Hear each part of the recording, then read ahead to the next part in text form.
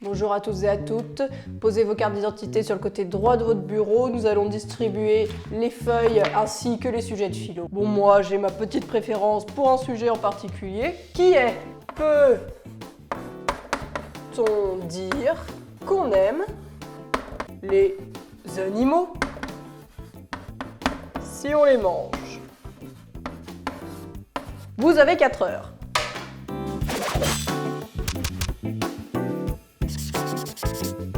Bon, écoutez les Végens, j'avais envie de vous faire une vidéo sur un thème que vous m'avez pas mal demandé, ce sont les recettes spéciales étudiants. Car oui, manger vegan, c'est pas forcément acheter des noix de cajou, des nuggets de blé, des baies de goji ou d'autres trucs qui valent super cher. Non, non, ça c'est pas l'alimentation de base, c'est des petits plaisirs qu'on peut ou pas s'accorder. La base, c'est toujours la même, fruits et légumes, légumineuses, céréales complètes de préférence et des bons gras comme des huiles ou des oléagineux qui valent pas très cher. Et n'oubliez pas de vous supplémenter en B12 bien sûr. Rappelons quand même que la viande, le poisson et le fromage, ça chiffre vite, donc il y a beaucoup d'étudiants qui, même sans être des végans, n'en achètent pas. J'ai voulu vous donner des idées de recettes simples, bonnes, bon, même si ce ne seront pas les recettes de l'année, dignes d'un grand resto étoilé, mettons-nous d'accord. Équilibrées, oui, parce que pour manger des pâtes à l'huile d'olive, vous n'avez pas besoin de moi. Et assez rapide à faire. L'équilibre, ça me tenait à cœur, parce que même avec un petit budget, on peut s'arranger pour manger un peu plus équilibré, justement, que des pâtes. Et puis, parce que vous avez besoin d'énergie pour vos épreuves. Je vais jouer le jeu façon étudiant jusqu'au bout, il n'y a qu'une recette que je vais faire au four, et ce n'est pas obligatoire, vous verrez ça après. Et sinon, basta le robot pâtissier, de toute façon il marche qu'une fois sur deux. Basta le blender. Et basta les petits accessoires comme le dénoyauteur d'olive. Je vais délimiter mon plan de travail avec une petite surface. Voilà, Marie Laforêt va me donner du courage. Et j'ajoute aussi un petit peu de féminisme avec les culottes.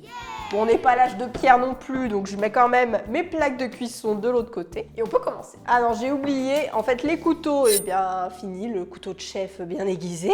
On va prendre ce petit couteau pourri pour couper nos légumes. Pour la première recette, on part sur un gratin pommes de terre, légumes, haricots blancs. Alors c'est la recette la plus longue, mais un soir vous n'avez pas trop de boulot, voilà, vous faites ça et ça vous fait 3 repas, donc c'est plutôt sympa. Vous verrez, il y a juste à lancer les cuissons, au final vous ne passerez pas trop de temps en cuisine. Bon, j'ai pris un peu d'avance, vous m'en voudrez pas, j'ai déjà cuit mes pommes de terre à l'eau, donc c'est le moment pour vous de les lancer en cuisson, dans une grande casserole d'eau. Ensuite, on hache notre petit oignon avec notre très bon couteau. Bon, si j'ai un conseil à vous donner sur les accessoires, ça sert à rien d'avoir 30 000 gadgets, mais un bon couteau quand même, c'est la base. Donc là, en deuxième légume, je suis partie sur des poivrons surgelés. Vous pouvez prendre ce que vous avez, voilà, du brocoli, du fenouil, selon ce que vous avez dans le frigo. Et puis là, l'avantage, c'est que c'est déjà coupé, donc c'est pratique. Dans une poêle, on va commencer par faire revenir les oignons dans un peu d'huile d'olive, quelques minutes sur feu moyen fort. On ajoute les poivrons et on laisse décongeler sur feu maximum pour que l'eau s'évapore. On sale, on poivre. On finit avec les haricots blancs cuits. Alors si vous avez le temps, c'est encore moins cher de les cuire soi-même. Sinon, les boîtes de conserve, ça ne coûte pas très cher non plus. Un peu de sauce soja ou de tamari pour saler, donner du goût et on réserve. Donc nos pommes de terre sont cuites. Alors on les épluche et puis on va les préparer pour la purée. D'habitude, j'aurais pris un moulin à purée, mais bon, comme j'imagine que vous n'avez pas ça chez vous, on va prendre une fourchette et puis ça ira très bien. Mais si vous en avez un, n'hésitez pas à en prendre un. On dilue avec un peu de lait de soja. On dilue doucement en continuant à écraser, mais bon, c'est pas grave si c'est pas parfaitement lisse. On ajoute la margarine. On assaisonne avec du sel et du poivre. Bon, si vous avez de la muscade, vous en mettez, ou de la levure maltée même. Ici, on fait simple. Donc là, si vous n'avez pas de four, vous vous arrêtez là, vous mangez la poêlée et la purée en même temps. Et sinon, on va faire gratiner tout ça au four. Donc c'est le moment de préchauffer votre four à 180 degrés. On commence par mettre la poêlée au fond du plat à gratin. On lisse l'ensemble. Et on ajoute la purée par-dessus pour faire un petit hachis. Pour renforcer le côté rustique, on fait des petits stries avec la fourchette. Petite pincée de poivre et puis on va enfourner dans notre four qui a été préchauffé à 180 degrés pendant 30 minutes et 5 minutes à la fin, on met en mode grill à 200 degrés pendant 3 à 5 minutes, surveillez selon votre four. Et voilà, on a fini notre super gratin pour 3 jours. Voilà, très simple finalement, vous faites avec ce que vous avez dans les placards. Et maintenant, on passe à la suite. Et la deuxième recette, je l'adore parce que c'est super simple, super bon. C'est une pizza tortilla et vous pouvez la faire sans four. Donc c'est ça qui est bien, c'est que voilà, une poêle et vous avez une petite pizza. Pour avoir des protéines, eh bien, je viens réhydrater des protéines de soja texturées. C'est moins cher que le tofu, pensez-y. Hop, donc on laisse ça avec de l'eau bouillante reposer quelques minutes. Ensuite, je vais faire revenir des poivrons surgelés avec un petit peu d'huile d'olive, mais vous mettez ce que vous avez. Une fois que c'est bien grillé, on réserve. On va s'occuper des protéines de soja texturées. On a égoutter nos protéines de soja texturées et maintenant on va les faire revenir à feu vif dans un peu d'huile d'olive. J'ajoute du sirop d'agave, c'est le sucre en liquide le moins cher, du tamari ou de la sauce soja et si vous avez du paprika, mais c'est pas obligatoire. Et maintenant je réserve. On va faire notre tortilla. Alors pour la tortilla, prenez bien celle où c'est écrit convient aux végétariens, aux végétaliens, parce que sinon des fois il y a du E471 et comme on l'a vu dans ma vidéo pour les additifs, et bien ça peut être problématique. Donc on va commencer par un petit peu de coulis de tomate. Hop, on n'en met pas trop. Je vais mettre des petits poivrons. Ensuite, les protéines de soja texturées. Puis là, c'est pas obligatoire, mais un petit peu de fromage vegan. C'est vrai que le râpé, c'est pas ce qui coûte le plus cher, donc voilà, vous pouvez en mettre un petit peu. Et des petites olives, comme sur une vraie pizza. Et maintenant, on fait cuire notre pizza dans une grande poêle ou une poêle à crêpes comme ici. Et en fait, il faut que la tortilla devienne un petit peu plus dure pour que la pizza se tienne. Donc ça prend environ 10-15 minutes. Un petit peu avant, vous mettez un petit couvercle pour que le fromage fonde et c'est prêt à être dégusté.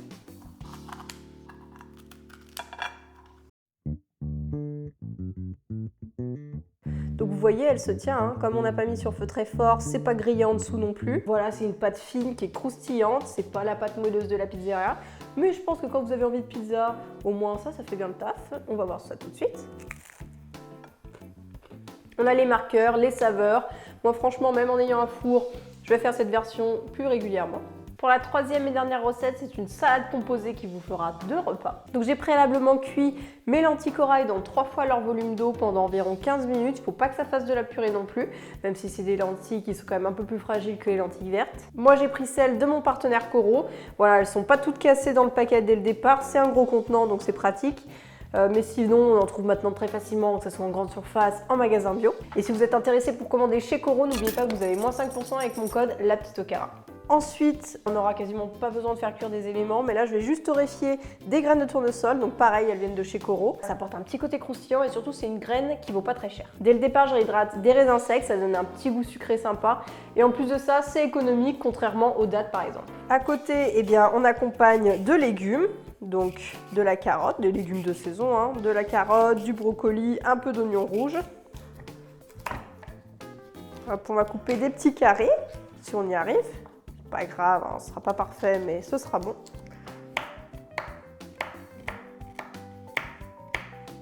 Donc on hache notre oignon rouge. Vous n'allez pas avoir la meilleure des haleines avec cette salade, mais bon, c'est pas très grave. Et du brocoli, car oui, ça peut se manger cru, et c'est même très bon. Ça se coupe même facilement, hein, vous voyez, c'est assez tendre. Pour la sauce de salade, eh bien, on part sur une vinaigrette somme toute classique, avec de la moutarde, le vinaigre que vous avez, ici c'est du vinaigre balsamique, hop, un peu d'huile d'olive, de l'oignon séché, du sel et un petit peu de piment si vous avez, ou du poivre. Moi je trouve que le piment ça se marie très bien avec la salade. Et maintenant, eh bien, on mélange l'ensemble avec les lentilles, le maïs, que je ne vous avais pas montré plus tôt, nos légumes.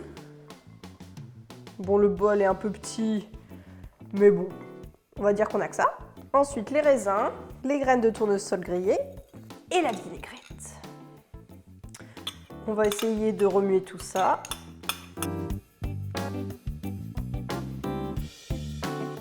Si vous avez un saladier plus grand, c'est bien aussi. Ça va rien changer au goût, c'est une super salade, franchement, ça change du taboulé classique. À chaque bouchée, c'est la surprise, c'est la surprise. Hop, un petit peu de raisin, un petit peu d'oignon pour puer de la gueule, un petit peu de brocoli, on est content.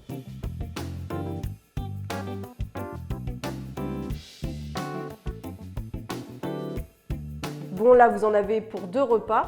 Placez-la quand même au frais, au moins le temps de faire la vaisselle. C'est meilleur quand c'est bien froid, voilà, comme une salade normale. Avec toutes ces idées repas, est-ce qu'on n'est pas bien?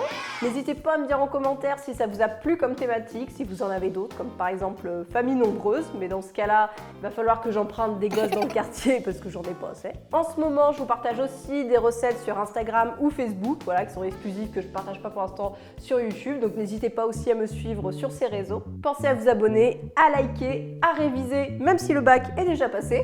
Et on se dit à bientôt pour de nouvelles aventures véganes.